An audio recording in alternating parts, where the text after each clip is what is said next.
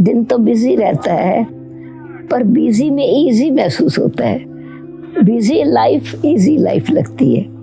Shanti, there's a wonderful concept in the Brahma Kumaris which is known as how to be a self-sovereign, स्वराज्य अधिकारी, स्वयं पे राज करना। और हमने देखा है दीदी को practically from morning 3:30 a.m.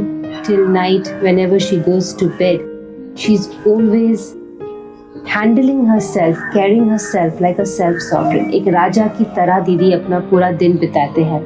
So आज दीदी हम आपसे जानना चाहेंगे आपकी दिनचर्या क्या है और आप कैसे इस एज में एट द एज ऑफ 80 आप एक मालिक की तरह, एक राजा की तरह पूरा दिन बिताते हैं। आप अपनी दिनचर्या सुनाइए। जैसे आपने कहा कि ये हमारा एक स्पिरिचुअल मर्यादा कहें अथवा अपने अभ्यास है कि अमृत वेला जिसको हम बोलते हैं, सवेरे 4 बजे से योग चलता है, मेडिटेशन होती है, तो नेचुरली 3:30 बजे तैयार होना होता है।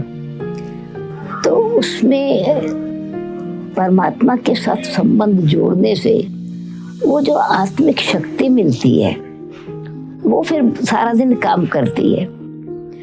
दिन तो बिजी रहता है, पर बिजी में इजी महसूस होता है।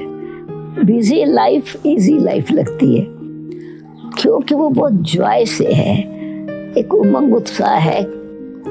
तो सवेरे जैसे ही पर्सनल टाइम पूरा हुआ और जो भी दिन की शरीर की आवश्यकता है, फ्रेश होना, स्नान करना, उसके बाद हमारा रेगुलर क्लासेस चलती हैं।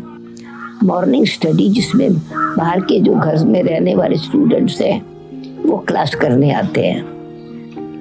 तो 2 घंटा वो 1.5 घंटा होता है, 1.5 आवर का टाइम मेडिटेशन भी होता है, साथ साथ रेगुलर क्लास होता है। वो 8:30 बजे तक खत्म होता है।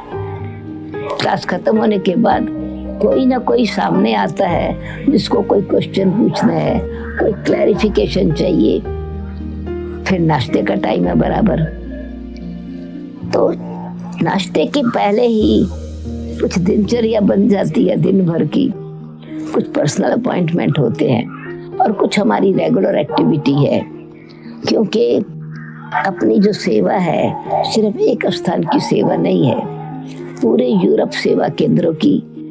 कोई समाचार होते हैं, कहाँ की कोई परिस्थितियाँ होती हैं, कोई स्टूडेंट्स के क्वेश्चंस होते हैं, तो उनका उत्तर भी देना होता है।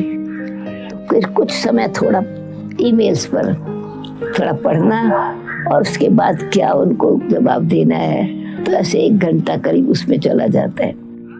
फिर जो अपॉइंटमेंट जिन आत्माओं को पर्सनल ज़रूरत है उस अपॉइंटमेंट में टाइम जाता है। फिर कभी कभी अचानक कोई ना कोई सेवा दूसरे स्थान पर रहती है, तो वहाँ भी जाना होता है। तो और कहाँ पर आजकल तो जूम का ज़माना आ गया है। पहले तो ट्रैवल बहुत करना होता था। ट्रैवल अभी भी करते हैं, परंतु अभी 1 घंटे का प्रोग्राम, 2 घंटे का प्रोग्राम, कॉन्फ्रेंसेस होती है, प्रोग्राम होते हैं, तो अटेंड करते हैं, उसमें चला जाता है। जूम का प्रोग्राम तो दिन में 2-3 बारी कोई ना कोई देश में जाना ही होता है। ऐसे ही फिर शाम को पर्सनल ग्रुप्स होते हैं, कभी यूथ का प्रोग्राम है, कभी मदर्स का क्लास है, कभी भाइयों का क्लास है, कभी फैमिली वालों का क्लास है। तो ऐसे दिन भर में कैसे चला गया, सारे दिन की एक्टिविटी को फिर समेट करके ऐसे ही जो सारा दिन कार चलाई है, शरीर रूपी मोटर, रात को गैराज में रख करके परमात्मा की लाइट की गोद में विश्राम करते हैं जाके। तो कौन सी गैराज है? ये बेड हमारा गैराज है, उसमें बॉडी को रखा और चले बाबा के पास। फिर वो सवेरे उठते हैं तो फ्रेश एनर्जी होती है, जैसे कि न्यू एनर्जी से आया। तो कभी लाइट है, तो कभी लाइटनेस है, तो कभी लव है, कभी पीस है, कभी हैप्पीनेस है। ऐसे महसूस होता है जैसे कि angel of light, angel of love, वो संदेश सबको देना है, उस कॉन्शियस में रहना है। तो ना बोझ लगता है ना बंधन लगता है। इसलिए एनर्जी फ्रेश रहती है। इसीलिए आप टायर्डलेस रहते हैं। थैंक यू दीदी। Thank you.